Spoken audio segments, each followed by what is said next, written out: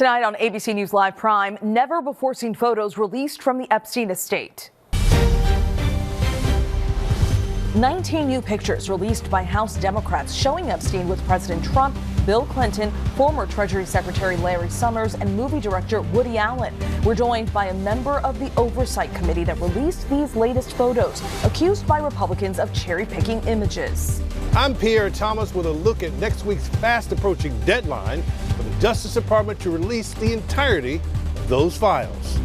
Extreme weather from coast to coast, life-threatening colds from the upper Midwest to the Northeast. Wind chills plunging below zero and up to 3 inches of snow on the way. This as a flood emergency unfolds with record numbers in the Pacific Northwest.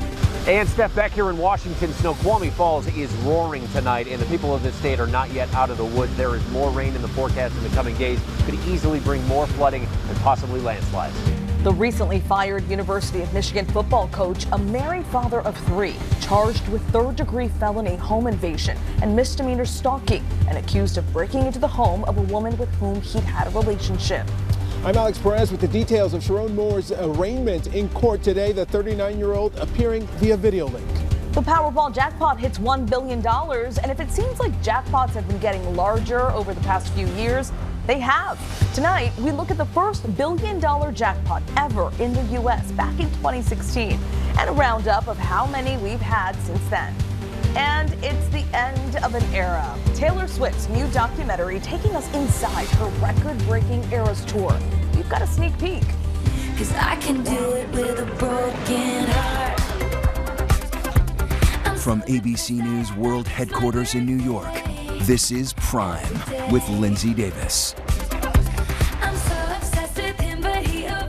Good evening, everyone. I'm Stephanie Ramos, in for Linsey Davis. Thank you so much for streaming with us. We begin with the newly released images from the Jeffrey Epstein estate, now made public. The latest wave coming in just a short time ago.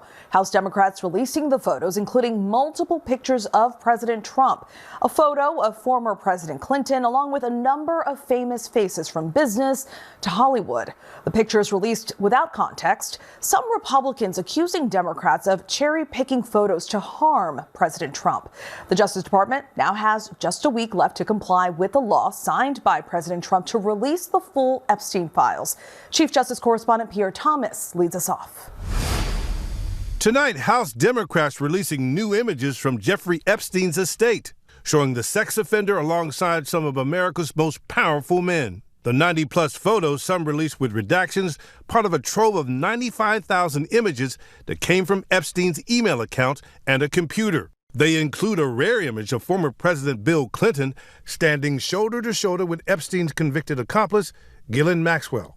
3 of the photos are of President Trump, locations and time frame unknown, one with Epstein. Another shows Trump at what appears to be a public event, posing with 6 women, all of whom appear to be adults. Obviously, there are photos of powerful men and folks that we want to have an opportunity to speak with and ask questions of. Another photo showing President Trump's former advisor Steve Bannon sitting across a desk from Epstein. On the desk, a framed photo of an unidentified woman lying on a couch. The circumstances of the photo unclear. Democrats gave no context for the images they released that also include former Treasury Secretary Larry Summers and his wife, billionaire Richard Branson, star director Woody Allen, appearing on what seems to be a film set with Epstein, and Bill Gates, standing next to Epstein's longtime private pilot, in front of what appears to be Epstein's private jet. The appearance of these men in the Epstein photos is not evidence of wrongdoing. Republicans say that Democrats are, quote, cherry-picking photos and are making targeted redactions to create a false narrative about President Trump. Late today, President Trump asked about the photos. There are hundreds and hundreds of people that have photos with him, so that's no big deal. I know nothing about it. It comes as the Department of Justice has until next Friday to comply with the law passed by Congress last month to release the entirety of the Epstein files. Jay O'Brien was on the Hill today. If DOJ doesn't release the files it has by next Friday, is there anything Congress can do to compel that to happen? Well, I mean, it's a crime if they don't. It's not like they're in contempt of Congress because they didn't respond to a subpoena. This is a new law with, criminal implications if they don't follow it. A possible wrinkle, Ghislaine Maxwell serving a 20-year sentence for crimes related to Epstein, has indicated she will file a new petition to challenge her conviction that could potentially impact the file's release. And that petition by Maxwell wouldn't be the first one. Pierre Thomas joins us now. Pierre, what is the latest from the DOJ on that looming Epstein deadline? Well, they've taken steps to unseal grand jury material tied to Epstein, but congressional leaders are expecting much more, Stephanie, including files from the FBI and other government agencies. Pierre, thank you so much. Pleasure. For more now, we're joined by Democratic Representative Stephen Lynch, who is on the House Oversight Committee. Democrats on that committee released a batch of new photos today from the Jeffrey Epstein estate. Congressman, thank you so much for your time tonight. Really appreciate it. Democrats on the Oversight Committee say they've gotten about 95,000 photos from the Epstein estate. We understand the need for redactions, but did Democrats consider releasing all of the photos as opposed to roughly about 100 out of the more than 95,000? Well, we're going through the photos right now. Like you mentioned, there were 95,000 that were sent to us in this batch. We're through reviewing about a third of those, so maybe 30,000. And remember, these were sent to from the estate to the committee. So the estate actually tried to prioritize two batches of photos. One, those with prominent individuals that might be, useful or helpful to the committee.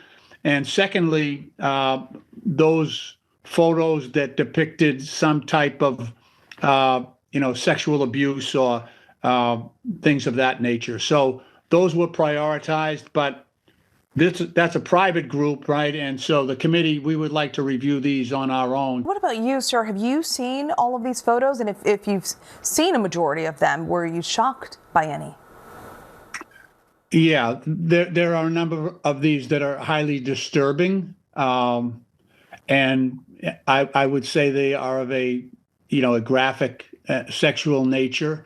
We can't necessarily identify all the people in those pictures as of yet, so there's a close hold on those, and also redactions to protect the survivors, the victims of this abuse. So we're trying to be very careful with that, but also there's a large volume of photos here, 95,000. So it's going to take a little bit.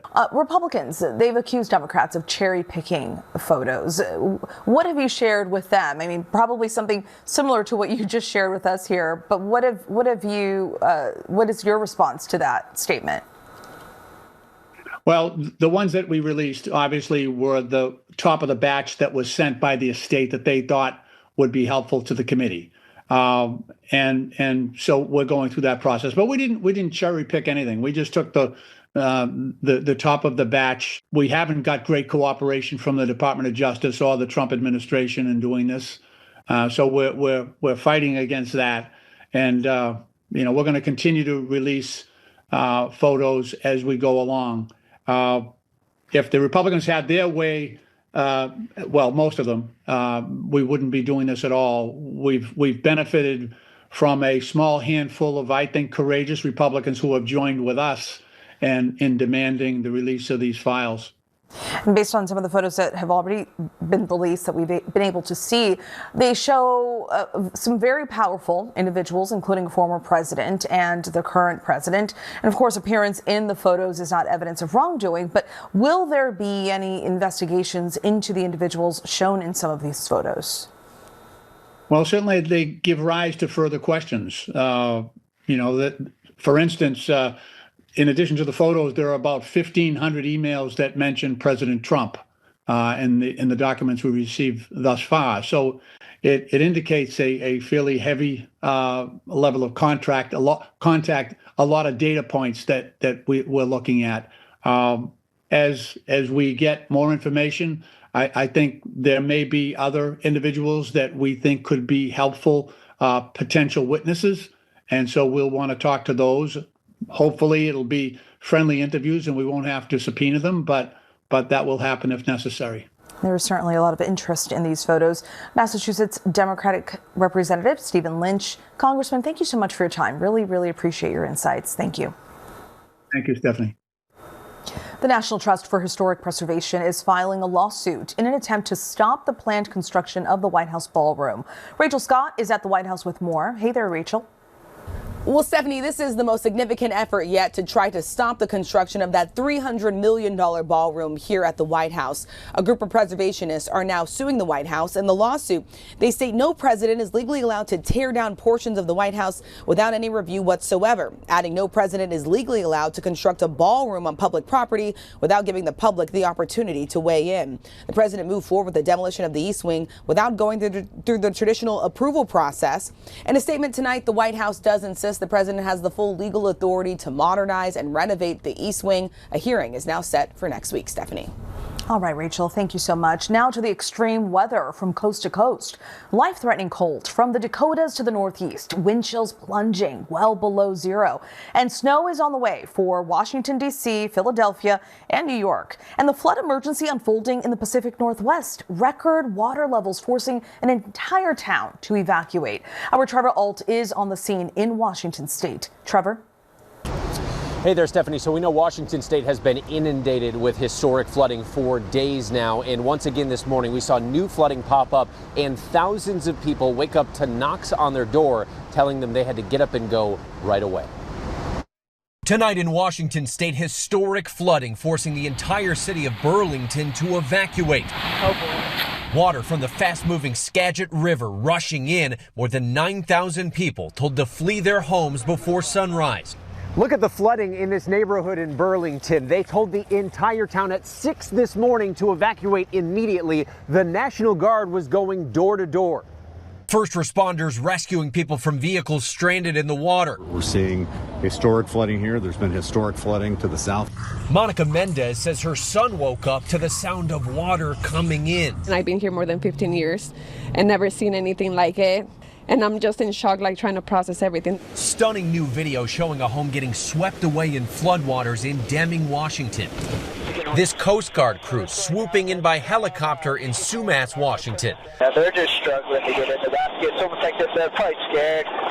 Two choppers hoisting 4 people in all who fled to the attic of that flooded home, the water rising up to the roof. And tonight in the Northeast, major cities along the I-95 corridor bracing for the first accumulating snow of the season. So looking at Philadelphia, the forecast, we are going with 2 to 4 inches.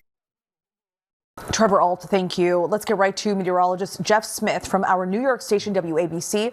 Jeff, more dangerous weather is on the way. What can we expect? You know, Stephanie, we'll get a one-day respite over the Pacific Northwest where the rivers will get a chance to recede a little bit. But unfortunately, this atmospheric river pattern of tremendous moisture moving into the Pacific Northwest, Washington and Oregon in particular, will kind of reestablish itself as we head into next week with several rounds of multiple inches of rainfall and snowfall up in the mountains. So the flood threat not over in these areas. How about a threat of accumulating snow in the I-95 cities? The first accumulating snow of the season in places like Philadelphia and New York City for later on tomorrow night into Sunday, where we have winter weather advisories in effect. Could be 1 to 4 inches of snow there. Parts of the Ohio Valley into the day tomorrow getting 3 to 6 inches of snow in portions of West Virginia as well.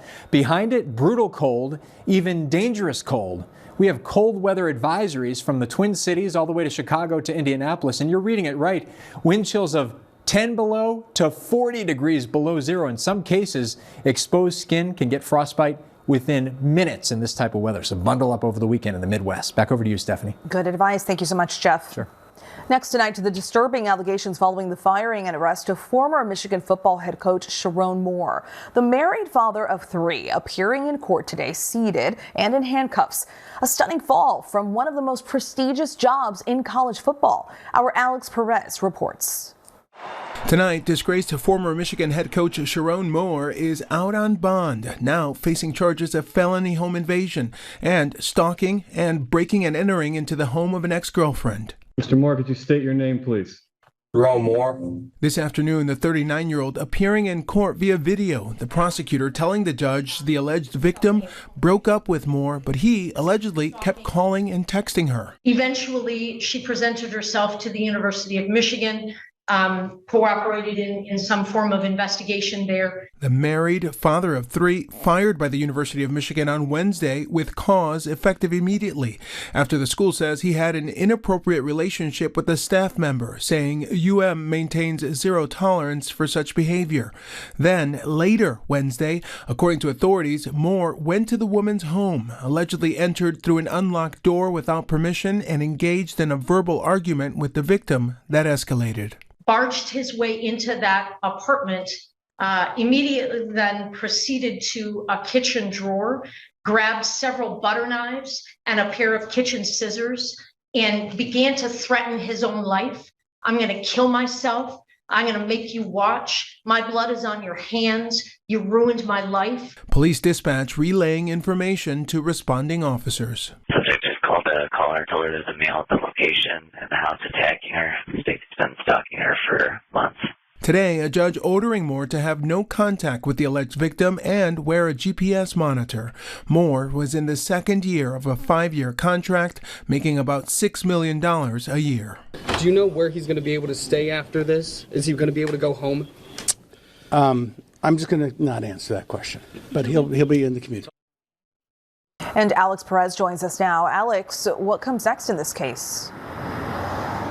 Well, Stephanie, Moore has not yet entered a plea. He's due back in court January 22nd. The University of Michigan football now left to regroup with an interim coach as they prepare to take on Texas at the Citrus Bowl New Year's Eve. Stephanie? This story in the headlines for many, many days. Thank you so much, Alex, for that update. President Trump is facing backlash after signing an executive order aimed at blocking states from enforcing their own artificial intelligence regulations. The president says AI regulations should be set only by the federal government, calling state restrictions cumbersome to AI growth in the U.S. The order will allow the Attorney General to sue states with laws that don't support the administration's AI policies. Critics say the move caters to big tech and sidelines concerns about oversight. The president is also sparking more legal confusion after claiming he is granting a full pardon to Tina Peters. Here she is, a former Colorado clerk who was given a 9-year sentence for election-related crimes. The president has no authority over state convictions, and Colorado officials are calling the announcement unconstitutional. Peters was convicted for allowing unauthorized access to election software related to the 2020 election. I want to bring in ABC's legal contributor, Shauna Lloyd. Shauna, thank you so much for being here. I have some questions about Michigan's football coach. We're going to touch on a number of things here, but let's start with that executive order preventing states from establishing their own AI rules. Some may say that violates those states' rights to create their own laws. So what is the reality? Absolutely. So we know the 10th Amendment allows for states to have jurisdiction over everything that isn't one of the enumerated powers of the federal court. So the executive order in and of itself doesn't provide any new laws. It doesn't make new laws. Now, the president can control through commerce. He can tie certain things to money that is given to the states. That's the impact that they can have. Only Congress can make the decision to create a regulatory body or to enact something else empowering the federal government. And let's talk about the Colorado election clerk that Trump said he pardoned. Is there any legal basis he would have to make that declaration? Can he do that? He cannot. It's purely symbolic. All of her charges were state charges, which she actually had heard before a federal court that determined that it was, in fact, all state charges. Therefore, the federal pardon has no bearing. It's purely symbolic, and it will not change her conviction or imprisonment term for these state charges. Okay, so if the president makes that declaration, but state officials obviously point out that he can't do that, what comes next in this case? What would be the next step in all of this, even if you say it's symbolic? It is symbolic. Really, what she would be, the person she would be reaching out to would be the governor. The governor of Denver could grant her clemency in this sentence. Although he has previously stated that he is not, that is another possibility that her team could pursue. I see. Okay. All right. I want to pivot back to our coverage earlier about the University of Michigan coach, Sharon Moore. So he was arraigned on really serious charges, listing it off here, including a felony. Now, his attorney pointed out that he is a first-time offender who has had no interactions with law enforcement. From all of that, how realistic could prison time be? Prison time is quite realistic. We know that his major charge is a felony. It carries up to 5 years imprisonment, and that is the home invasion. We know that the stalking also carries a year imprisonment. So this is significant time for these alleged crimes. Now, we have to remember that when it comes to sentencing, they're going to look at a number of factors, such as his attorney implied, whether or not he's had any previous criminal history, what the facts were surrounding it, especially because, as we've heard so far in reports, he seemed to be indicating he would harm himself as opposed to harming another person. So all of those factors would come into play before a sentence would be determined, if found guilty. If found guilty. And like you just mentioned, he has insinuated that he would hurt himself. So how do they handle the trial during the next month? Before the trial even happens, how do they handle this time period? So this time period is really for discovery. The state is going to have to turn over all of the evidence that they believe implicates him in these alleged crimes. The defense team is going to be trying to figure out what their theory of the case is. They're going to be getting that information, and any other exculpatory information they believe that they have shows that he should not be found guilty. That process takes place, as well as any motions to exclude information will also take place. So that's what's happening during this time before trial. We've covered a lot here this evening, Shauna. Yes, Thank you so much for coming in. Absolutely. Really appreciate your insights. Thanks for having me. All right, King Charles shared a new milestone in his cancer battle, saying he'll be able to scale back treatments in the new year. The remarks came during a broadcast where he highlighted the benefits of early detection. Take a look. Thanks to early diagnosis, effective intervention, and adherence to doctors' orders, my own schedule of cancer treatment can be reduced in the new year. The king also pointed out that 9 out of 10 people survive bowel cancer for at least 5 years when it's caught early. While the palace hasn't specified what type of cancer the king has, officials said the cancer was discovered after treatment for an enlarged prostate revealed, quote, a separate issue of concern. Disney legend Dick Van Dyke turns 100 years old this weekend, and our Chris Connolly was fortunate enough to sit down with the still spry actor. You know, I played old men a lot, and I always played them as angry and cantankerous. It's not really that way. I don't know any other 100-year-old, but I can speak for myself. The beloved Dick Van Dyke, relaxing at his Malibu home with his wife Arlene Silver, as he prepares to celebrate his 100th birthday on Saturday. He's sharp, funny, a little hard of hearing, and every bit the charmer, with his new book, 100 Rules for Living to 100. I wanted to pass down some of my wisdom to the younger generations. Doing just that on screen. Chim chimney, chim chim chiree. A sweep is as lucky can be. Dick Van Dyke would win the hearts of kids and adults from the 1960s through today, starring with Julie Andrews in the timeless Mary Poppins. It's a jolly holiday with Mary. He got his own start as a child in a Midwest Christmas pageant 95 years ago. I was probably 5. I'm not kidding. I was the baby Jesus. I was probably 4 or 5 years old. I made some kind of crack. I don't know what I said, but it broke the congregation up, and I like the sound of that laughter. He'd keep them laughing, winning a Tony on Broadway for Bye Bye Birdie. Put on a happy face. Earning Emmys for The Dick Van Dyke Show with Mary Tyler Moore. I was too deluded, like most alcoholics are, to be able to understand what was wrong with me. You were one of the first performers to publicly come out and talk about your issues with alcohol. You slowly turn into an angry drinker for no reason whatsoever. But I have a lot of response from people who were having drinking problems who said, thank you for bringing it out into the sunlight. Dick, what's hard about being 100 years old? I miss movement. I've got one game leg from I don't know what. And dance, I still try to dance, but not movement. He remains full of life amid decades of accolades. There's his barbershop quartet, the Fantastics. Not even that word can sum up what his wife Arlene has meant to him. She kept me young. She gives me energy, she gives me humor, and all kinds of support. It's like a privilege and an honor to take care of him and make him happy, and I'm not gonna cry. He's just in people's hearts and they're the fabric of people's lives. You've got all my love. His 100-year-old heart still beating with the joy of a born performer. The funniest thing is, it's not enough.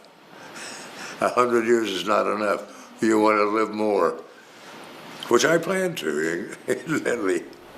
And what is the secret to that long life? Absolutely incredible. Our thanks to Chris Connolly for that conversation. Coming up here on Prime, ABC News investigates prison drops by drone. Authorities say a security breach delivering dangerous contraband to inmates fueled a cell phone scam targeting doctors, nurses, and everyday Americans. Plus, the incredible way polar bears are changing their genetics to adapt. But first, a Powerball jackpot for the history books. How this billion-dollar pot is breaking records as people rush to grab their tickets by the numbers.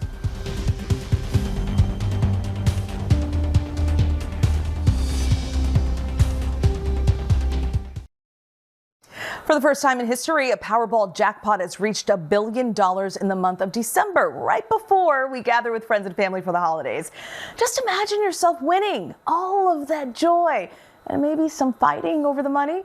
Powerball fever is tonight's By the Numbers. This is the second $1 billion Powerball drawing this year, but can you ever get enough of $1 billion jackpots, even if they're more frequent? In fact, this is the 10th $1 billion Powerball jackpot of all time, the very first one occurring January of 2016. If you include the country's other big lottery, the Mega Millions, and this is the 14th $1 billion jackpot of all time.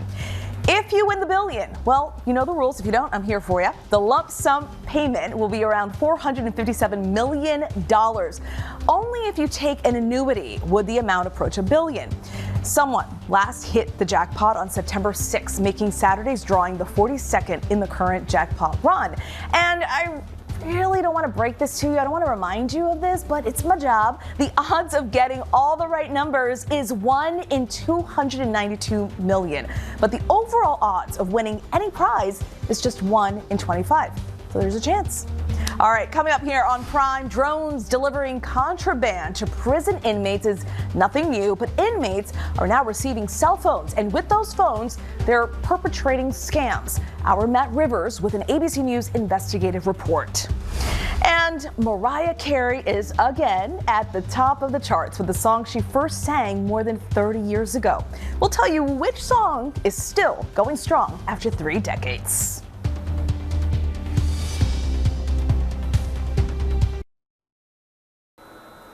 Welcome back to Prime. Here's a look at the stories making headlines right now. Newly released images from the Jeffrey Epstein estate now being made public. The latest wave coming in just a short time ago. House Democrats released the photos, including multiple pictures of President Trump, a photo of former President Clinton, along with a number of famous faces from business to Hollywood. The pictures released without context. Some Republicans accusing Democrats of cherry-picking photos to harm President Trump. The Justice Department now has just 1 week left to comply with the law signed by Trump to release the full Epstein files. And disturbing allegations following the firing and arrest of former Michigan football head coach Sharon Moore. The married father of 3 appearing in court today, seated and in handcuffs. He's now out on bond. A stunning fall from one of the most prestigious jobs in college football. Prosecutors accusing him of terrorizing a woman inside her home hours after he was fired for having an inappropriate relationship with a staffer. Prosecutors charging him with home invasion, stalking, and breaking and entering. He's due back in court next month. And extreme weather from coast to coast. Life-threatening cold from the Dakotas to the Northeast. Wind chills plunging well below zero with up to 3 inches of snow on the way from Washington, D.C. to Philadelphia to New York. And behind that, another blast of brutal Arctic cold headed for much of the east. And keep your eyes on the sky this weekend. The Geminids meteor shower, considered one of the best and most reliable annual celestial event, reaches its peak Saturday night. Under perfect conditions, up to 120 meteors per hour could be visible across the northern hemisphere starting around 9 tomorrow night. Don't miss it. I'll be looking out for it. All right, coming up, the concerning trend. Authorities say drones are increasingly being used to breach security at prisons. And the incredible sight in the wild. A dolphin and a whale working together. We're going to explain all of that when we come back.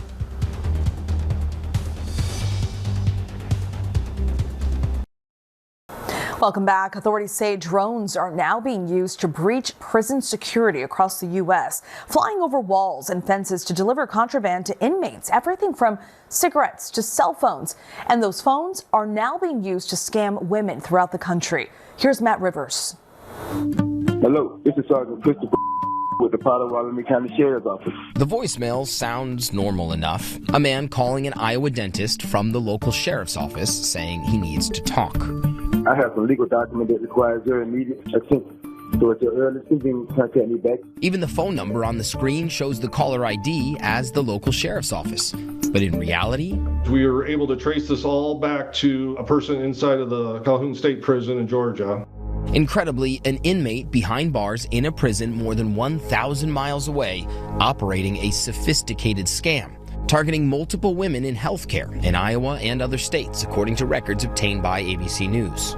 A lot of these ladies that got scammed, these doctors and nurses, throughout Iowa, a span of 3 days, these guys scammed about $530,000. The scammers telling them that they failed to appear in court as expert witnesses and told to pay a fine. This was a very well-planned scheme. They were able to research people, find out about them, so they knew who to scam, who had money. The inmate then working with associates on the outside to impersonate law enforcement and meet the women, even providing receipts like this one to collect the money. A scam that authorities say was only possible because of cell phones dropped into the prison yard by one high-tech tool, drones. We're under attack every single day when it comes to combating this issue. What you're seeing here is real surveillance video of what officials call drone drops, as organized criminals fly drones over prison yards and drop down dangerous contraband. It could be anywhere from tobacco, cell phones, drugs, tools. One inmate in South Carolina escaping from a maximum security prison using wire cutters authorities say were dropped in by drone. And this week, in that same state, a drone even delivering steak with drugs to one prison yard. Tyrone Oliver, the commissioner for Georgia's Department of Corrections, says they're seeing drops daily. As we're doing this, we got the call, right, that something had been dropped. But that, you weren't fazed by that because that's common. It's a daily occurrence. Like, it doesn't surprise you that as we're here doing this interview that it happened 30 miles away. No, it does not. Last month, 71 drone incidents recorded in Georgia alone, the most ever, an escalating nationwide threat. Investigators showing me how the drone drops work. I mean, I'll pull on it. I mean, that's not going anywhere. Correct. So, but then... Just locked by friction. And so once they get over the target drop area, they give a command to the drone, and from that point forward, it raises the arms. When it raises the arms, it pulls that loose. And then that just and drops then that right just down. Falls.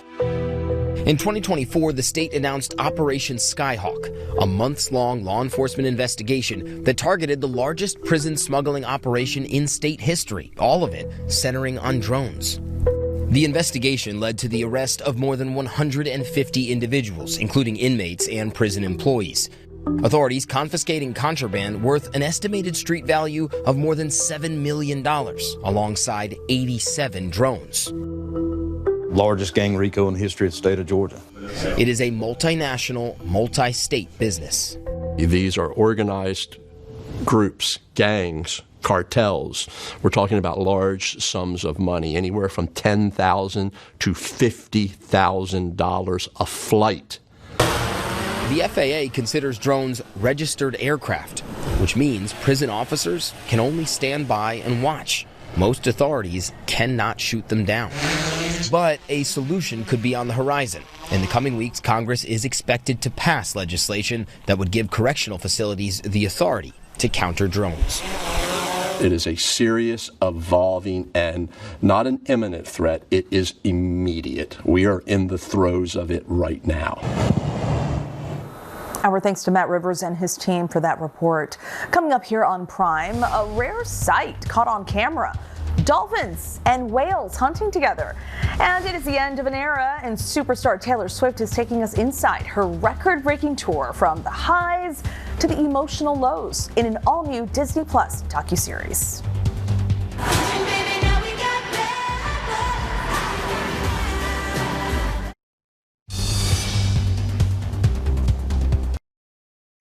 The amazing way polar bears are adapting to a warmer climate. The Olympic veteran back on the slopes, still dominating the competition, and 'tis the season for the voice of the holiday season to reclaim the charts. These stories and more in tonight's rundown. A new study from the University of East Anglia suggests that polar bears are undergoing rapid genetic changes, and scientists believe this is due to the impacts of climate change. Researchers believe it's the first time they've seen temperatures and environmental stress impacting the genome of a mammal species. They're calling it a glimmer of hope for the survival of the polar bears. They're already on track to see a global population decline of 2/3 by the year 2050. 41-year-old Lindsey Vonn has won the Women's World Cup downhill, making her the oldest winner of a World Cup race since the circuit started in 1967. This was her first win in 8 years since returning from a 5-year retirement with titanium implants in her right knee. A perfect start to her Olympic season. A new star on the Hollywood Walk of Fame is being dedicated to the Los Angeles Fire Department, who battled the Palisades and Sunset fires earlier this year. It all started with a letter from an 8th grade student in Connecticut. Many actors who played superheroes or action figures are recognized on the Walk of Fame, as you can see. So why not recognize our real-life heroes? The firefighters joined the author of that letter, Eniola Taiwo, for the unveiling of the star. For the first time, this new video shows a group of orcas and dolphins working together as a team during a hunt off the coast of British Columbia. Scientists working with the University of British Columbia say the killer whales appear to be using the dolphins as scouts. The video captured during the study shows what the researchers say are the dolphins chasing after large salmon. Then the whales come in for the kill and share the smaller pieces with the dolphins. The U.S. Mint has unveiled the designs for the upcoming coins celebrating the 250th anniversary of American independence. The new coins will depict the founding documents and the Revolutionary War. The Mint ultimately abandoned designs that were developed during the Biden administration depicting women's suffrage and civil rights advancements. 'Tis the season for cheer and merry. 'Tis too the time for Mariah Carey. It's time for snow and maybe a little bit of hot cocoa. And of course, All I Want for Christmas at the #1 spot. That's right, returning to reclaim the top spot on Billboard's Hot 100 is Mariah Carey's All I Want for Christmas Is You. Oh, baby, all I want for Christmas is you. This will make the 19th week the 1994 single has claimed the throne since its release, placing it among a 3-way tie for the longest running reign at #1.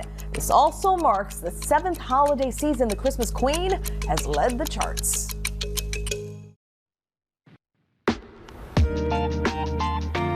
And now to our segment, Prime Playlist Shuffle, where we sit down with the artists who are transforming the industry. He is one of indie rock's freshest voices in the industry right now, since emerging on the scene with his breakout single, Ode to a Conversation Stuck in Your Throat. Delwater Gap has amassed over 500 million streams on Spotify and has gotten acclaim across the music industry. Our Gio Benitez got to sit down with him to talk about his new album. Take a listen. I know too much, it's freaking me out. But there's gold under the rust, figuring out just how to live. Oh, and I was telling you how much I love that sound, Delwater Gap. Nice Welcome. to meet you. Thanks for having me. Yeah, likewise. Thanks for being here. I think what's really cool, and I think that song is actually perfect for this, you've talked about the self-discovery with this album. What was it about this album that led you on that journey for, growth and rediscovery? Yeah, so I had just come off of a year of some very serious touring, running all over the world, and was back in New York for the first time in a few months. And I was single for the first time in like 5 years and running around and just living my life and enjoying myself, and was really having this aching feeling that I was never going to make music again. And really? That really scared me. So I really put some time into just trying to fall back in love with the process of writing words and reading a lot. I bought a bunch of books, started reading poetry for the first time. And over the course of a few months and a few trips just running around and writing, I started putting together what eventually became an album. Wow. And that word, so tell me about the title of the album, right? Because it's not actually a song on there. It's not. Chasing the Chimera. Yeah. Chimera has a few different meanings. What's the meaning for you? So the chimera is a creature that appears in Greek mythology, and she appears in the Iliad. And she has the body and head of a lion and the tail of a snake or a dragon, and has a goat growing out of her back. And she represents something unbeatable or invincible or a hybrid of things. And in modern usage, chasing a chimera means chasing an impossible dream or chasing a wild ambition. And for me, like I've struggled a lot with my mental health over the years, and for me, my impossible dream is like a dream of just impossible peace and equanimity and calm. And I think that I've chased that in so many ways, like especially being a musician and touring and traveling. There's so many off-ramps from life, you know? Do you feel like you've found it? No, but that's the whole point. You know, I think that's the sort of the message in How to Live in that song. That like arrival is an illusion. You know, I think when we're kids, we imagine that one day we're going to be an adult and we're going to know how everything works and we're going to know how to live and how to be a good person and how to take care of ourselves. And I think that line just keeps moving. Your journey is so interesting because Ode to a Conversation, I was told that almost didn't become a hit. Yeah. And then it became like this viral sensation. How'd that all happen? Yeah, I mean, it really shouldn't have. Like I had about 18 months of energy left in me for a music career when I made that song. And I made that song, I put it out, it tanked, and then COVID hit. So I lost my manager, my tour is canceled, and then I ended up parting ways with my label. And that was when my parents started offering to pay for me to become a CPA. So no way. So that was where I was. So the hit almost didn't happen, but then also this career almost didn't happen. This career almost didn't happen. So I was sitting at home watching Wolf of Wall Street with my older brother, and I hear my phone buzzing, and I walk over and a bunch of friends are like, "Hey, you should check your phone. Like you should check Instagram." And yeah, the song had just started picking up a bit. A couple actresses had posted about it, and there was some press happening, and I had really taken a step back. And yeah, it's cool. I mean, it's really amazing to fully give up on a dream and then have it come back. You know, it's given me a really different appreciation for it. What message would you tell your younger self? Just pre-COVID, right? I would just tell him to be nice to himself, man. I've been so hard on myself, so mean to myself. And I think like a lot of young people are really mean to themselves, especially creatives. You know, I think you have to be discerning, but it's hard to not be cruel sometimes. So I would tell him to be nicer. Well, we sure are glad you didn't become a CPA. Thank you so much. Even though I'm dressed like one. Yeah, right. No. It's a good look. Thank you so much. Del Watergap, we appreciate you. And you can listen to the new album, Chasing the Chimera, wherever you get your music. Our thanks to Gio and Del Watergap for that conversation. All right, now to another musician, superstar Taylor Swift, giving us a closer look at her record-breaking Eras Tour, both the good moments and the difficult ones, with 2 new projects debuting on Disney+. Here's our Whit Johnson. Tonight, Taylor Swift as you've never seen her.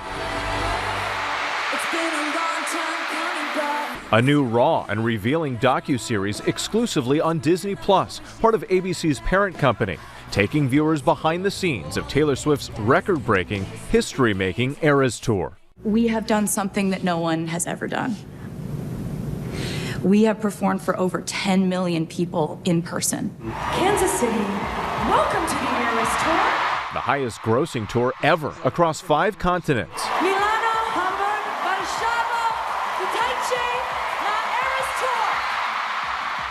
The 6-part documentary pulling back the curtain on how she did it.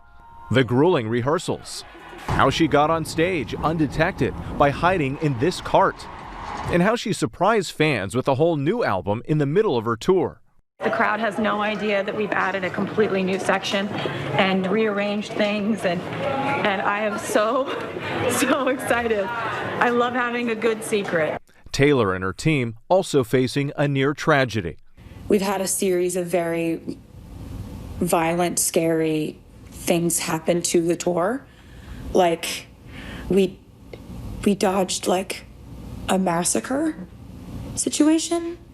Canceling 3 of her shows in Vienna after 2 men were arrested in a thwarted terror attack. Hi. Taylor confiding in her mother backstage before going back on tour. Trying to calm down. I'm having a very physical reaction to my nerves.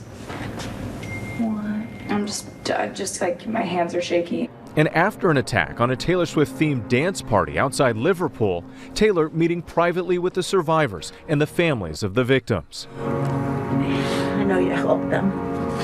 I know it doesn't seem like it, but I know you helped them. Asking Ed Sheeran from the UK to join her, the two rehearsing backstage.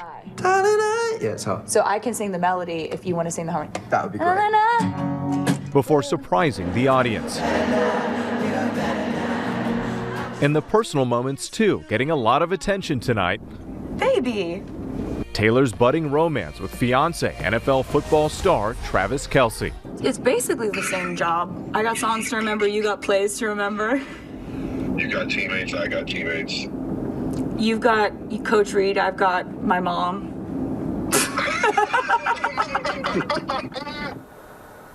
The first 2 episodes of The End of an Era are streaming on Disney Plus now, with 2 new episodes every week until the finale. Also streaming right now on Disney Plus is Taylor Swift: The Eras Tour, the final show.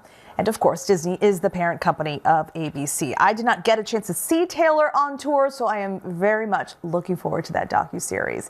And that's our show for this hour. I'm Stephanie Ramos. Stay tuned to ABC News Live for more context and analysis of the day's top stories. Thank you so much for streaming with us.